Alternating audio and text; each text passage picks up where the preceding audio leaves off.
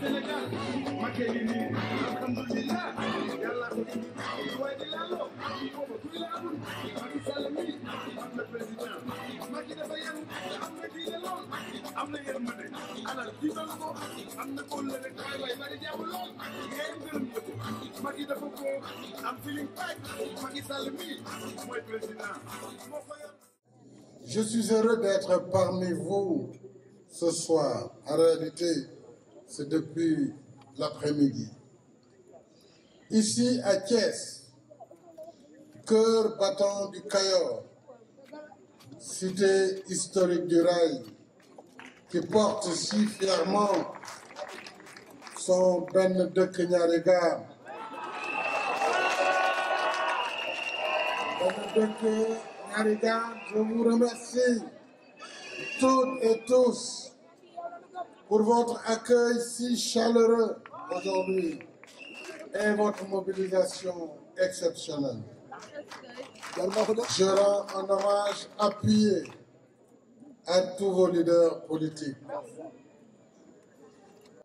Je voudrais vous dire à toutes et à tous combien j'apprécie votre engagement dynamique autour de notre ambition commune pour un Sénégal émergent dans la paix, la stabilité et la prospérité. C'est autour de ces idéaux que nous procédons aujourd'hui en une seule cérémonie à l'inauguration des instituts supérieurs d'enseignement professionnel de Diamniadio et de Thiès et au lancement du pôle emploi entrepreneuriat de Thiès. Ainsi, ici à Thiès, nous continuons à donner corps et âme au plan Sénégal émergent, notamment son axe 2 qui porte sur le capital humain. Le capital humain est fondamental sur la voie du progrès. Sans ressources humaines qualifiées à tous les niveaux et dans tous les secteurs qui soutiennent l'activité productive, il ne peut y avoir ni émergence ni développement. De l'ingénieur à l'ouvrier qualifié, soudeur, mécanicien, électricien, tous les corps de métier sont indispensables et complémentaires. Si nous voulons aller de l'avant dans la transformation structurelle de notre économie, si nous voulons mettre en valeur nos produits agricoles, de la pêche, de l'élevage et de l'artisanat, si nous voulons pleinement tirer avantage de l'exploitation de nos ressources pétrolières et gazières, si nous voulons faire tourner nos usines et nos ateliers, si nous voulons saisir des opportunités inépuisables de l'économie numérique, du solaire, eh bien alors, il n'y a pas d'autre choix à faire que celui de la formation de ressources humaines de qualité et en nombre suffisant, prêtes pour l'emploi et pour l'entrepreneuriat. Voilà tout le sens des instituts supérieurs d'enseignement professionnel et des pôles emploi entrepreneurial, dont la finalité ultime est de former, valoriser et mobiliser les talents de nos jeunes par un enseignement professionnel et pratique qui favorise leur employabilité et les prépare à l'auto-emploi, voire à l'entrepreneuriat. C'est sur la base de cette vision que le Conseil présidentiel sur la concertation nationale sur l'avenir de l'enseignement supérieur 2013 avait décidé du renforcement des enseignements dans les filières des sciences, de la technologie, de l'ingénierie et des mathématiques, y compris par des formations professionnelles à cycle court. C'est un modèle qui me séduit. Et croyez-moi, nous allons augmenter les moyens pour décupler les ISEP sur l'ensemble du territoire national. J'ai échangé tout à l'heure avec le représentant de la Banque mondiale. J'ai également parlé à nos partenaires coréens, nos partenaires allemands qui financent déjà l'ISEP de Mbacké, nos partenaires français qui financent l'ISEP de Richard Toll et de Bignona,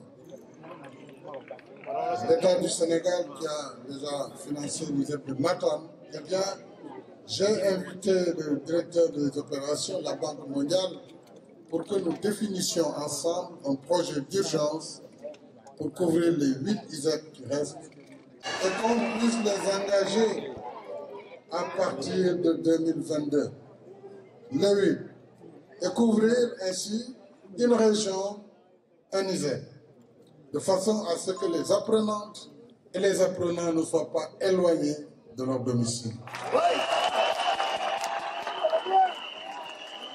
Je voudrais également, considérant la pertinence de cette formation à cycle court mais professionnel, vous dire que, après échange avec le ministre de l'Enseignement supérieur, je décide que nous octroyerons une bourse à chaque apprenant ou chaque apprenante de l'ISEP.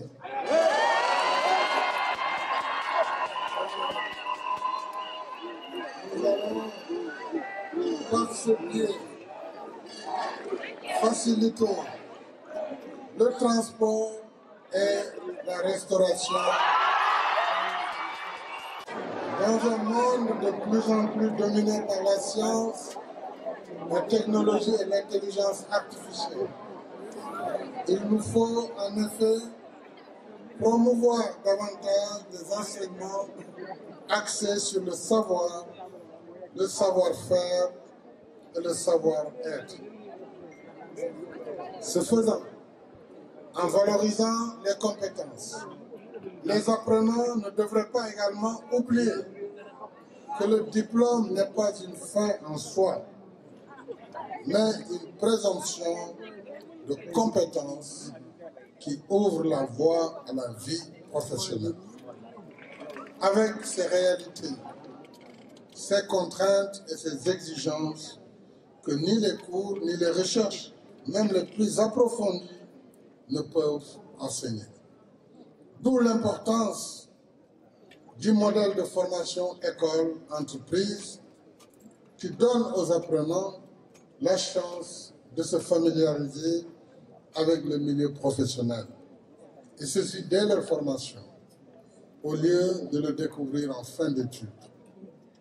Je voudrais saluer le conseil d'administration et à sa tête le président du conseil qui est le directeur général des ICS, M. Alassane Diallo. Les ISEP de Diamniadio et de Thiès ont été construits sur un financement global autour de 14 milliards de $. Et ils devront répondre à ces impératifs de professionnalisation des apprenants, mais aussi des capacités entrepreneuriales qui vous sont inculquées à Diamniadio et ici à Thiès. Pour ce qui concerne l'ISEP de Diamniadio, avec cette ville qui abrite déjà le parc industriel, le supercalculateur, le data center national, ainsi que le futur parc de technologie numérique, et qui accueillera très bientôt un important investissement privé dans le secteur de l'automobile, du transport et de la logistique. Les enseignements de l'ISEP portent sur les filières des TIC et des métiers de l'automobile.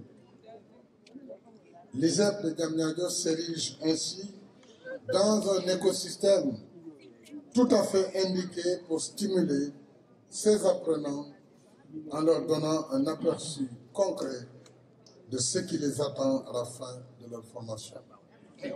Quant à l'ISEP de Thiès, il couvre déjà 8 domaines de formation donnant accès à 28 corps de métiers, dont ceux de l'agrobusiness, des arts, du tourisme, des transports et de la logistique. Là également, les enseignements prévus sont calqués sur le potentiel, l'histoire et le vécu du terroir, dont l'activité ferroviaire, vous le savez, est une composante essentielle. À ce propos, je suis heureux d'annoncer que le projet de chemin de fer Dakar-Tambacounda avance à grands pas. Après novembre 2020, déjà, nous avons reçu encore la semaine dernière une importante délégation de nos partenaires canadiens qui travaillent avec nous sur ce projet pour la réalisation du chemin de fer Dakar-Thiès-Tambacounda, avec une perspective cette fois-ci d'un chemin de fer à écartement standard pour rester dans les perspectives de l'avenir.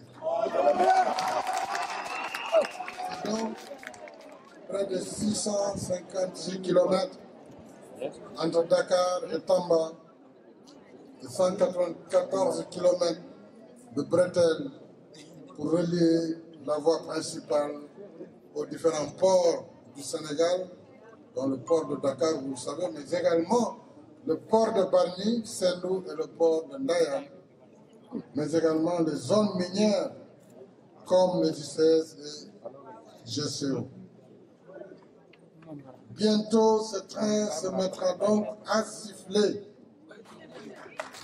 ici à Thiès, mais cette fois-ci avec une sonorité différente, puisqu'il s'agira d'un train plus moderne, plus rutilant.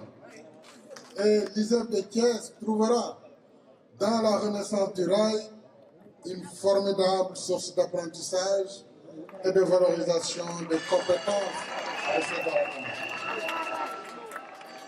Il en est de même du pôle emploi-entrepreneuriat que je viens de lancer. Et je rappelle à la jeunesse du département de Thiès et de la région de Thiès que ces pôles ont démarré et que les financements, j'ai demandé cet après-midi au préfet du département et à l'ensemble des préfets de valider les premières demandes de financement pour que l'argent qui est là déjà disponible puisse être remis à leurs ayants droit.